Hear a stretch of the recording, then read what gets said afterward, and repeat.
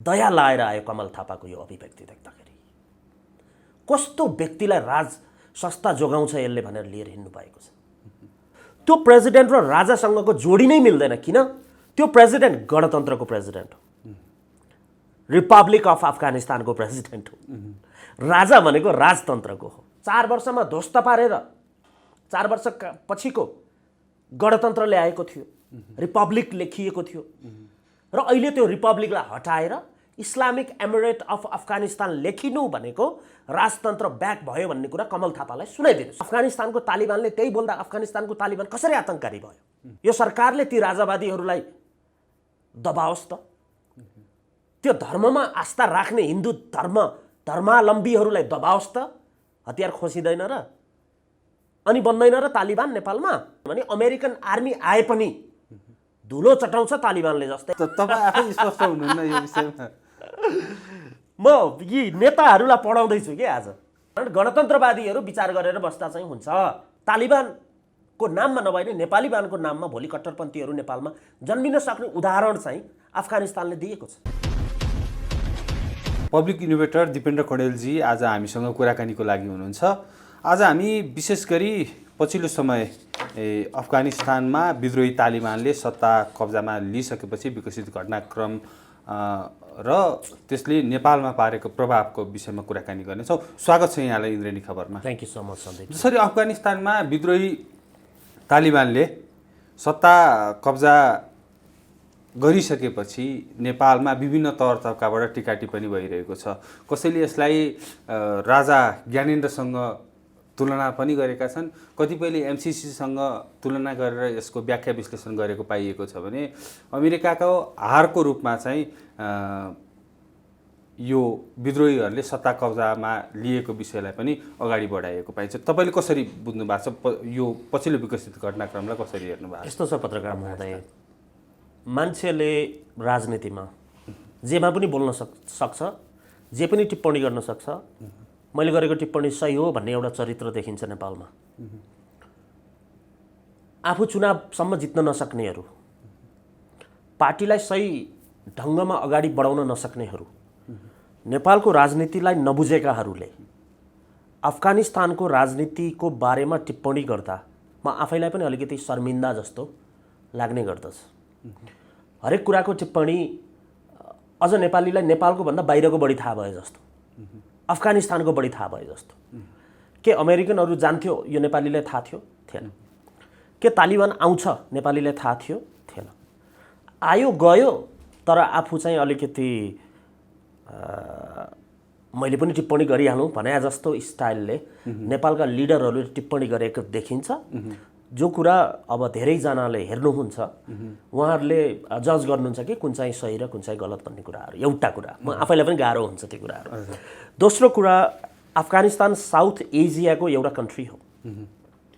नेपालको राजनीतिमा यसले इम्प्याक्ट पार्छ, त्यो एउटा कन्डिसन छ। त्यसको आधारमा दिपेन्द्र कण्डेल पनि केही कुरा बोल्न चाहिँ चाहन्छ। कुरा बुझ्नुभयो?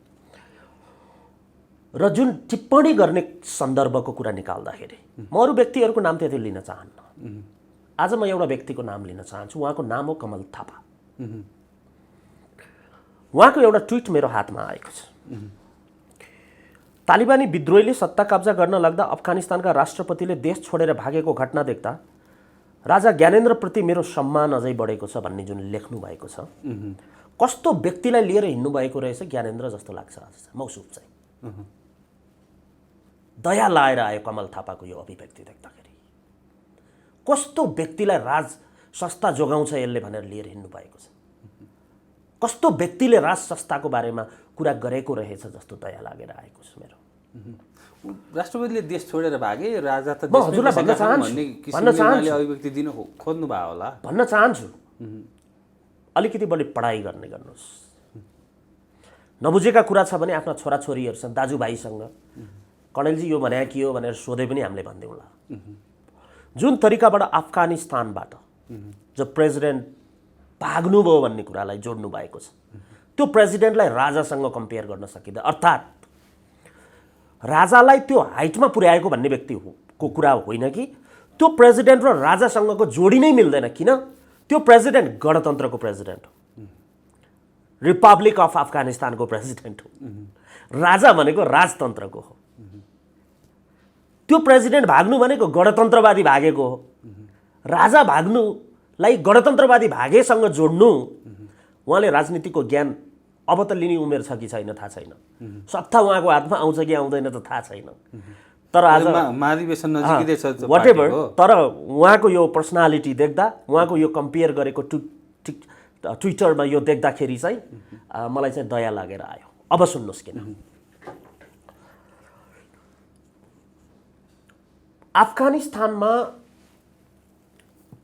पहिलादेखि नै यो केपी शर्मा ओलीजीले भन्नुहुन्थ्यो यो हिन्द महासागर, हिन्दू राष्ट्र भने जस्तै हिन्दू राष्ट्र धर्मभन्दा पनि हिन्द महासागरको यो हिन्दू वर्ष के भन्नु गर्नुहुन्थ्यो उहाँले पनि। अफगानिस्तानमा म अलिकति डिटेलमा जान अलिकति सकेको छैन, म आज सबै कुराहरू म भन्न सक्दिनँ, तर जिस्ट कुरा के हो भने अफगानिस्तानमा 20 वर्ष शासन गरेको अहिलेको प्रेसिडेन्टको पार्टीको गठबन्धन भनेको गणतन्त्र गठबन्धन हो। त्यसले फलो गर्ने भनेको सेकुलरिजम फलो गर्ने हो, रिपब्लिक सिस्टम हो, जसमा धर्ममा स्ट्रिक्ट हुँदैन, लगाउने कुराहरूमा स्ट्रिक्ट हुँदैन, बुर्का नलगाउँदा पनि कम्फर्टेबल हुन्छ, केटाकेटीसँगै को एजुकेसनसम्मका कुराहरू गर्ने गर्दछन्। यो चाहिँ त्यहाँको धर्म संस्कृतिको एगेन्स्टमा छ भन्ने कुरा इस्लामिक धर्मले भन्छ। म दुबईमा बस्छु, यो दाढीबाट पनि थाहा हुन्छ कति कट्टरपन्थी हो दिपेन्द्र कण्डेल पनि।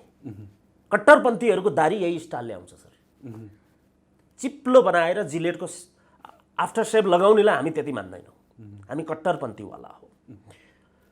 1996 मा सिभिल वार पछि आएको सत्ता भनेको इस्लामिक एमिरेट अफ अफगानिस्तान हो। त्यो हो राज संस्था, त्यो हो राज संस्था।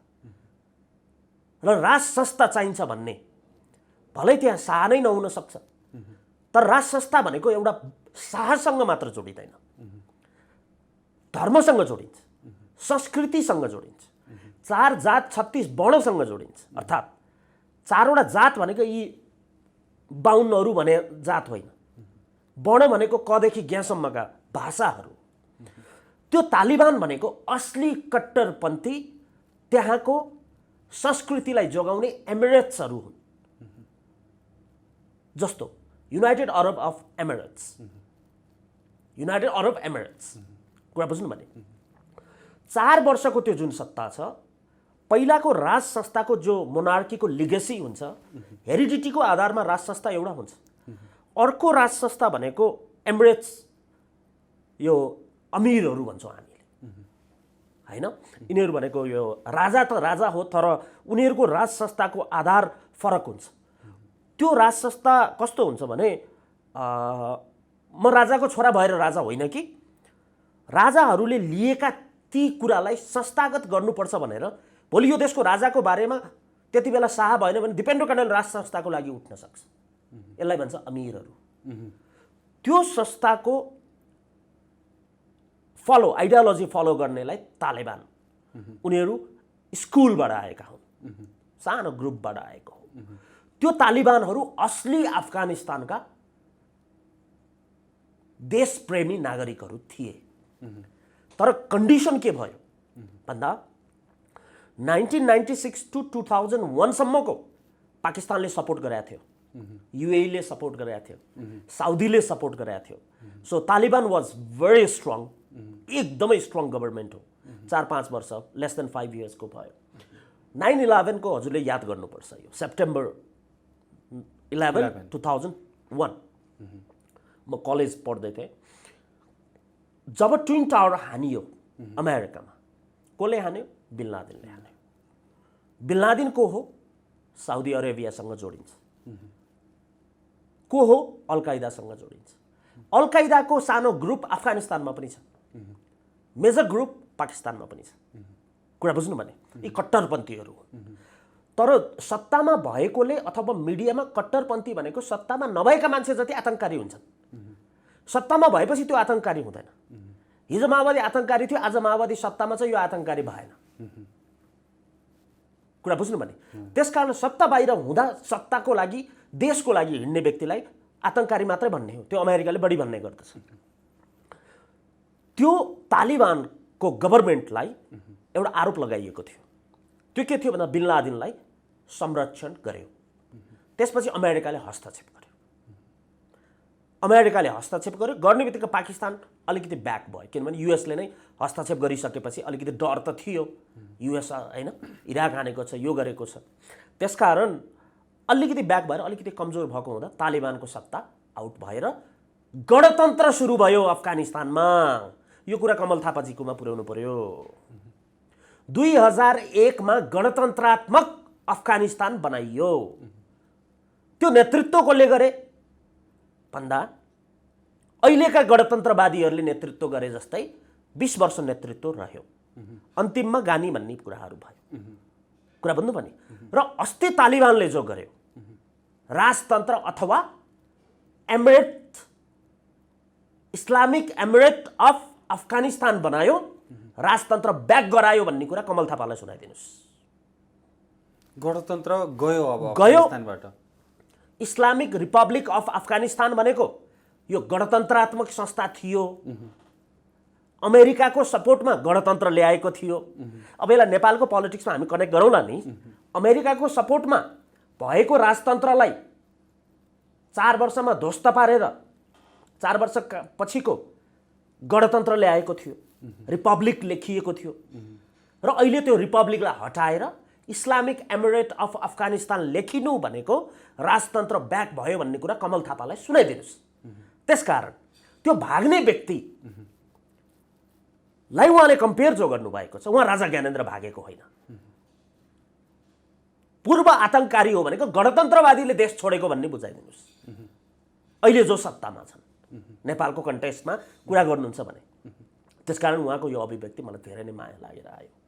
अब अहिले यो अफगानिस्तानको पछिल्लो घटनाक्रमलाई लिएर चाहिँ एमसिसीसँग जोडिएर संसदमा पनि आवाज उठिरहेको छ। संसदमा सांसदहरूले भन्न थालेका छन्, देख्नुभयो होला नि, अब पनि एमसिसी पास गर्नको लागि उफ्रिनुहुन्छ, कराउनुहुन्छ तपाईँहरू भन्ने जस्तो आवाज उठ्यो नि। अब म त्यहाँ आउँछु, म अब कनेक्ट गर्छु। अब अफगानिस्तानको टच गरिदिउँ, अफगानिस्तानको मात्रै आर्थिक सामाजिक र राजनीतिक कुरामा। राजनीतिक कुरामा अफगानिस्तानले देशप्रेमी कट्टर इस्लामिक स्टेट पाएको छ। तर अफगानी जनताहरू डराइरहेका छन्। सुन्नुहोस्, म भन्दैछु तपाईँलाई, राजनीतिक रूपमा यो अफगानिस्तानको भविष्यसँग धेरै नै महत्त्व राख्दछ। यो पोलिटिकल चेन्जेसले विदेशबाट आएको गणतन्त्र विदेशै पठाइदियो। अमेरिका आएर, युनाइटेड स्टेट्स अफ अमेरिका आएर बनाएको गणतन्त्र धुलो चटाइदियो तालिबानले, धुलो चटाइदियो नेपाली जनताले। कुरा बुझ्नु भने यो कुरा रह्यो। राजनीतिक रूपमा अफगानिस्तानको जित हो। अब पब्लिकको कुरा म गरिदिन्छु। आर्थिक रूपमा युनाइटेड स्टेट्स अमेरिकाले कुनै पनि देश विश्वमा बनाइदिएको छैन।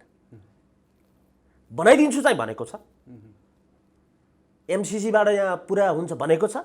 सबैभन्दा बढी उसले त्यो देशमा भएका खानी र ती अमूल्य वस्तुहरू, धातुहरू सर्टेन समय उसले वारको नाममा उसलाई चाहे जति उसले लिएर बिदा हुने गर्दछ। त्यसकारण अमेरिकाले अफगानिस्तान बनेको पनि थिएन, राजनीतिक रूपमा अस्थिर बनाएको थियो र अब आर्थिक रूपमा चाइना जो कट्टरपन्थीहरू हुन्, चाइना अन्तर्राष्ट्रिय हस्तक्षेप मान्दैन, जो पाकिस्तान हो जो उसले मान्दैन, धर्मलाई बढी विश्वास गर्छ, जो युएई, अझ सबभन्दा बढी साउदी अरेबिया, हजुरको मिडल इस्टको हेर्नुभयो भने सबभन्दा बढी कट्टर साउदी अरेबियामा छ। अझै पनि त्यहाँ बुर्काको आफ्नो सिस्टम छ। के साउदी अरेबिया को गभर्नमेन्टले जे कुरा बोलेको छ, अफगानिस्तानको तालिबानले त्यही बोल्दा अफगानिस्तानको तालिबान कसरी आतंककारी भयो? त्यही साउदीमा पढेको त्यो किताब पढेको आधारमा बनेको तालिबान कसरी आतंककारी भयो? त्यसकारण आर्थिक रूपमा अफगानिस्तान अगाडि बढ्छ भन्ने दिपेन्द्र कण्डेलले बुझ्छ।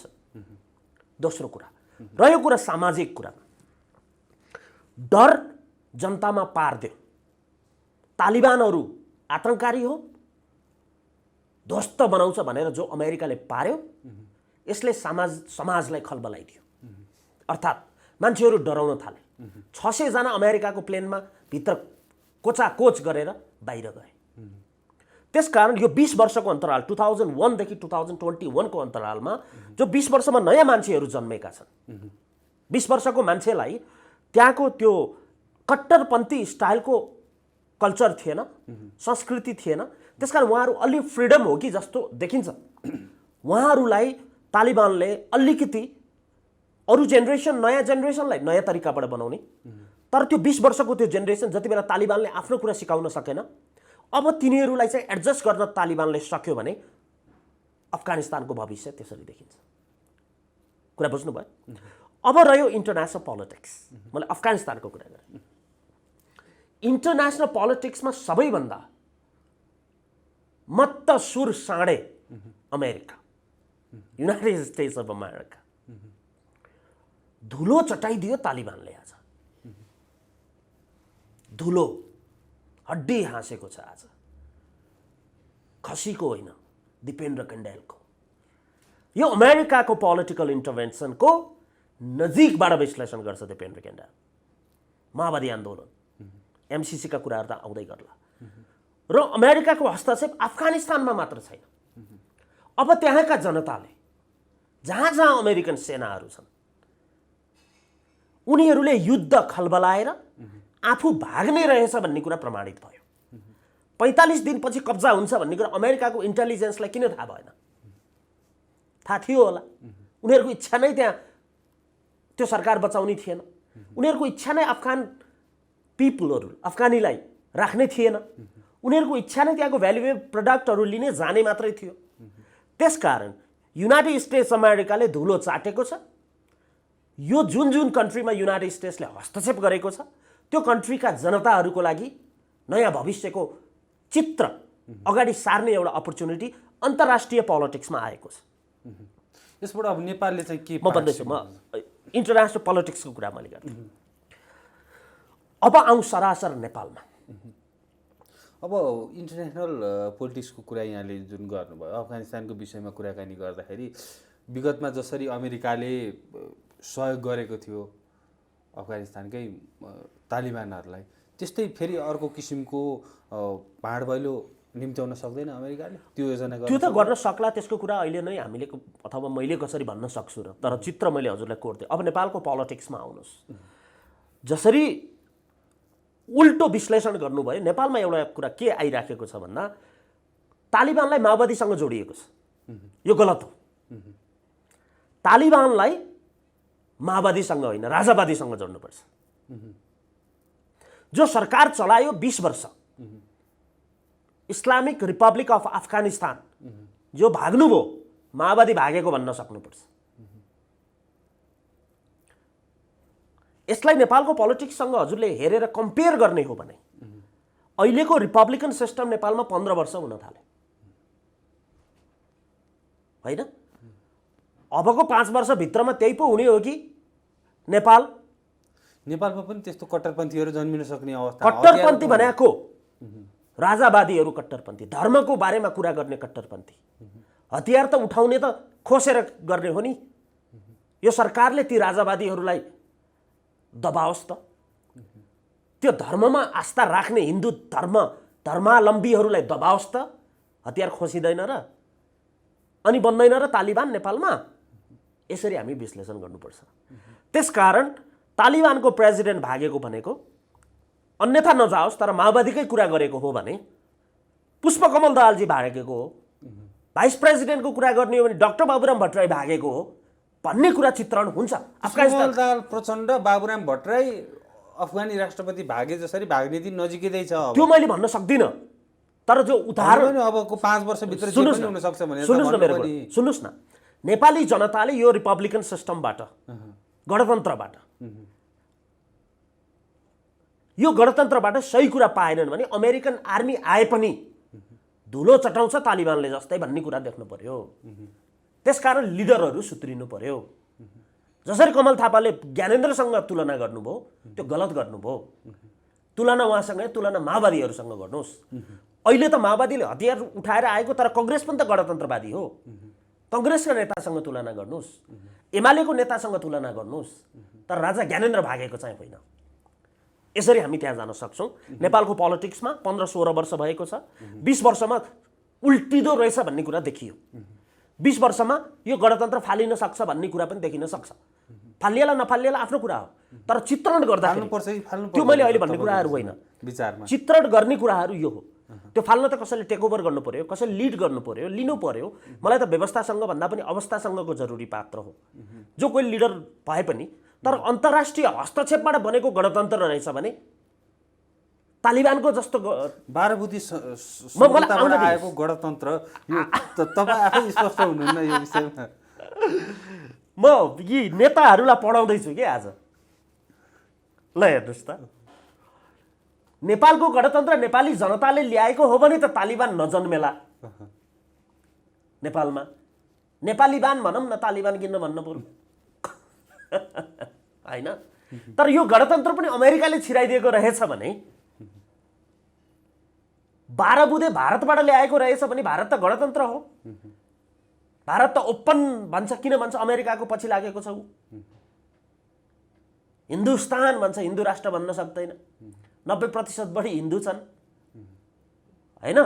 त्यही कुरा भारतकै कुरा सिको गरेको हो, अमेरिकाको कुरा सिको गरेको हो भने तालिबान त होइन, नेपाली बान भन्ने चाहिँ जन्मेला यो देशमा। मैले त्यो कुराहरू म अहिले भन्न सक्दिनँ। जन्मिन आवश्यक छ कि छैन, त्यो कुरा पछिको पार्ट हो, त्यो पछिको पार्ट हो। तर कन्डिसन यो हो, अफगानिस्तानको तालिबान भनेको नेपालका कट्टरपन्थीहरूले ल्याए जस्तै हो। त्यसकारण गणतन्त्रवादीहरू विचार गरेर बस्दा चाहिँ हुन्छ भन्ने कुरा देखियो तालिबानले।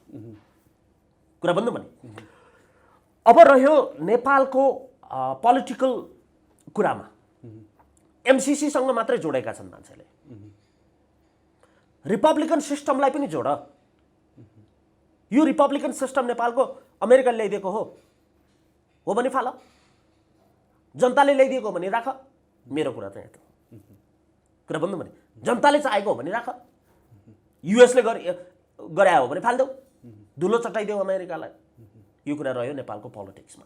आर्थिक रूपमा अफगानिस्तान र नेपालको जति पहिला रिलेसन हुन त सुमधुर रिलेसन त यो परराष्ट्र मन्त्रालयहरूमा बनाउन पनि सक्दैनन् त्यति राम्रो। तर अफगानिस्तानले नेपालसँगको सम्बन्ध पहिलाभन्दा अब बिग्रिने खतरा देख्छु मैले। किनभने हामी चाहिँ रिपब्लिकन हो, उनीहरू चाहिँ कट्टरपन्थी हो। कुरा बुझ्नु भने अब नेपालसँगको सम्बन्ध बिग्रेर अफगानिस्तानलाई फरक चाहिँ के पर्ला? त्यसकारण अफगानिस्तानमा भएका नेपालीहरू जो काम गरिराखेका छन् उनीहरू डराइराखेका छन्, किनभने उनीहरू रिपब्लिकन कन्ट्रीका मान्छेहरू हुन्। जस्तो अमेरिका जाँदाखेरि अफगानिस्तानबाट आयो भने अमेरिकाले वाच गर्छ नजिकबाट। त्यसकारण नेपालीहरू अफगानिस्तानमा पहिलाको जस्तो सजिलो अब हुन्छ जस्तो मलाई लाग्दैन। यो इन्टरनेसनल लेबर डिमान्डको कुरा गर्दै मैले। र नेपालको पोलिटिक्समा याद गर है, राजावादीहरू भन्नुभयो नि कमल थापाले, गणतन्त्रवादीहरू याद गर भन्न सक्नु पर्थ्यो। आज 20 वर्षपछि पनि धुलो चटाइदियो, याद गर। यति धेरै क्लू पाउँदा बोल्न नसक्ने मान्छेलाई राजाले लिएर हिँडेको देख्दा कता कता दिपेन्द्र कण्डेल, मेरो त पूर्णिका शाहले मेरो एउटा भिडियो सेयर गर्नुभएछ अस्ति, उहाँले गर्नुभएको रहेछ, मैले हेरेँ, थ्याङ्क यू भने मैले। मलाई गाह्रो भयो। मलाई यस्तो पात्रहरूले राज संस्था बोकेर हिँडेका छन्। त्यसकारण यो एउटा मेसेज हो नेपालको लागि, गणतन्त्रवादीको लागि एउटा मेसेज हो। इन्टरनेसनल लेबर डिमान्डमा अफगानिस्तानमा कामको कुरामा अलिकति डर जस्तो हुनसक्छ नेपालीलाई, किनभने हामी रिपब्लिकन कन्ट्रीको हो। कुरा बुझ्नु भने त्यसकारण नेपाल कट्टरपन्थीको कुरा गर्दाखेरि त्यो नेपालमा हेर्ने हो भने पछिल्लो समय हिन्दू धर्म, हिन्दू राष्ट्र पुनर्स्थापनाको माग राखेर आन्दोलन गर्नेहरू चाहिँ त्यति उग्र रूपमा आएका छैनन्, शान्तिपूर्ण आन्दोलन गरिरहेका छन्। त्यो उग्रता लिन सक्छ छिमेकी देशमा, साउथ एसियामा भएको यो कट्टरपन्थी। अब आजको दिपेन्द्र कण्डेलले जुन कुरा भनेको छ, कमल थापालाई काउन्टर दिएको छ। आज नेपालीलाई बल्ल बुझाउँदैछ मैले। यो बुझ्नु पर्यो नि नेपालीले, समय लाग्ला नि त। किन उल्टो कुरा बुझाइदिएछन्? तालिबान भनेको माओवादीसँग जोडिदिएछ होइन, कट्टरपन्थी हो, हिन्दूहरू हुन् उनीहरू, नेपालका भने जस्तै मुस्लिमहरू, नेपालका हिन्दूहरू भने जस्तै हो। नेपालमा धर्म संस्कृति हिन्दूहरूले त हतियार उठाएका छैनन् नि। होइन, मैले भनेको यस्तो हो, कट्टरपन्थी भन्ने बित्तिकै हतियारै उठाएको मात्रै भन्ने कुरा जो रहेन नि त। के तालिबानमा त्यही 2 लाख मात्रै सेना समर्थन होला र अबको चुनाव हेरौँ न के हुन्छ त। भोट त जनताले दिने हो नि त। त्यसकारण नेपालको पोलिटिक्समा यो कम्पेयर गर्ने सिस्टम अलिकति नसकेको हुँदा मैले त्यो कुरा बताइदिएँ। अर्को कुरा रह्यो अब एमसीसी। सबभन्दा बढी चाहिँ एमसीसी र माओवादीसँग मात्रै जोडेको देखिन्छ, अरू केही पनि बोलेका छैनन् यहाँ नेपालीहरू। नेपालकै पोलिटिक्स एनालाइज गर्न सक्दैन। अफगानिस्तान बल्ल बल्ल सिकेका छन्, सिक्न दिनुहोस्, छोडिदिनुहोस्। हाम्रो त फिल्ड हो यो, हामी गरिदिन्छु। समय लाग्छ, अझै पनि त हजुरलाई कुरा लाग्छ भने हामी पछि पनि गर्न सक्छौँ। एमसीसी यदि पारित गर्यो भने होइन, एमसीसी खारेज गराउन आन्दोलन सुरु गर्न पर्यो नेपालीले। अब छिटपुट रूपमा गरिरहेका छन्, त्यो सशक्त हुन सकिरहेको कुरा बुझ्नु भने जनताले साथ दिइरहेका छैन। यदि एमसीसी नेपालले गर्यो भने यसको एउटा पोजिटिभ इम्प्याक्ट नेपालमा एमसीसी नेपालीको हितमा छैन भनेको छ दिपेन्द्र कण्डेल बारम्बार भनेको छ। उसले टावरै बनाउने, त्यहाँबाट युरानियम लाने नै हो भनेको छ। मैले धेरैले बनाएका छन् त्यो कुरा। यदि एमसीसी गर्यो भने त बबन्डर हुनसक्छ, यसले अर्को राजनीतिक दुर्घटना गराउन सक्छ।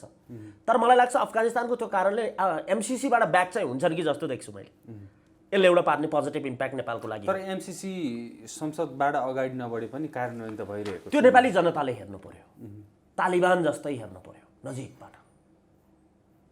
सत्ताले पहिला हतियार उठाउँछ, कट्टरपन्थीले पहिला हतियार उठाउँदैन। त्यो एग्रेसिभ कुरा हो, त्यहाँसम्म हामी नपुगौँ।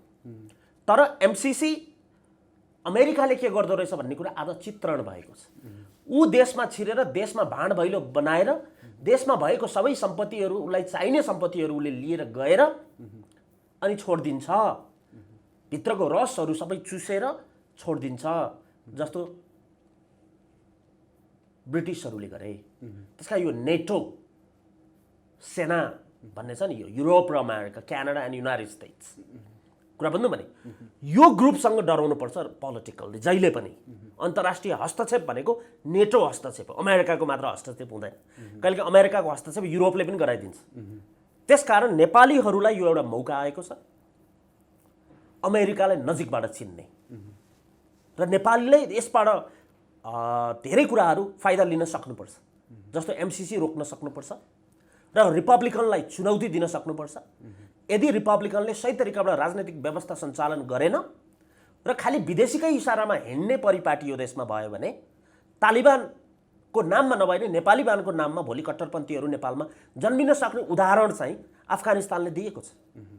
यो कुरा चाहिँ रहन्छ नेपालको पोलिटिक्समा। र यसले धर्मलाई संस्थागत गर्नुपर्छ भन्ने मेसेज दिएको छ।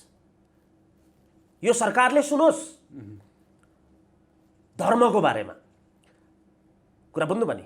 रविन्द्र मिश्रजी भनिदिनु भएछ यो के अरे धर्मनिरपेक्ष र सङ्घीयता भने। अहिले आएर एकपटक चुनाव हारिसकेर बल्ल सुन्नु भएछ, बुझ्नु भएछ। किन राजनीति गर्ने त्यस्ताले? एजेन्डा पछि निकाल्नेले राजनीति किन? हामी त सङ्घीयता राख्न हुँदैन भन्ने मान्छे हो, सङ्घीयता 10 वर्ष राख्न हुँदैन भन्ने मान्छे हो, यो हटाउनुपर्छ भन्ने मान्छे होइन, हामी राख्न हुँदैन भन्ने मान्छे हो। त्यसकारण पोलिटिकल्ली नेपालका लिडरहरूले जुन तरिकाबाट विश्लेषण गर्ने, हिँड्ने, जनतालाई बुझाउने गरेका छन्। आज कमल थापाजीले गरेको कुराले, यो ट्विटले नेपालको क्षमतावान लिडरहरूको अवस्था चित्रण गरेको छ पत्रकार महोदय।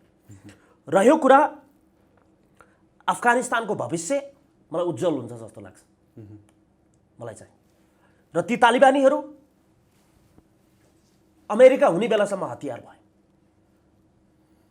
शान्तिपूर्ण सत्ता कब्जा भयो, त्यसपछि उसले जनतालाई जनता नै राखेको छ। उसले विदेशीसँग लड्यो, कुरा बुझ्नु भने। उसले नेपालीसँग होइन, आफ्नो देशको सँग होइन, उसले विदेशीसँग लड्यो। नेपालका पूर्व माओवादीहरू नेपालीसँग लडे।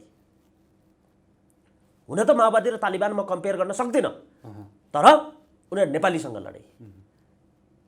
अफगानिस्तानमा विदेशीसँग लडियो, अमेरिकासँग लडियो। सिधा कुरा बुझौँ हामीले, नेटो सेना थिएन, अमेरिकन सेना थियो त्यहाँ। त्यसकारण अमेरिकाले धुलो चाट्यो यो विश्वको इतिहासमा। अमेरिकाको लागि अब 100 वर्ष त्यो अमेरिका कसरी अगाडि बढ्छ भन्ने कुरा चाहिँ मैले त देख्न सक्दिनँ है। र युनाइटेड स्टेट्स अफ अमेरिकाले यत्तिको झापड चाहिँ पाउनु पर्थ्यो भन्ने दिपेन्द्र कण्डेलको मान्यता थियो पहिल्यैदेखि, र आज हड्डी हाँसेको छ, खसीको होइन। दिपेन्द्र क्यान्डलको पत्रकार महोदय, हस्, धेरै धेरै धन्यवाद यहाँलाई। Thank you so much.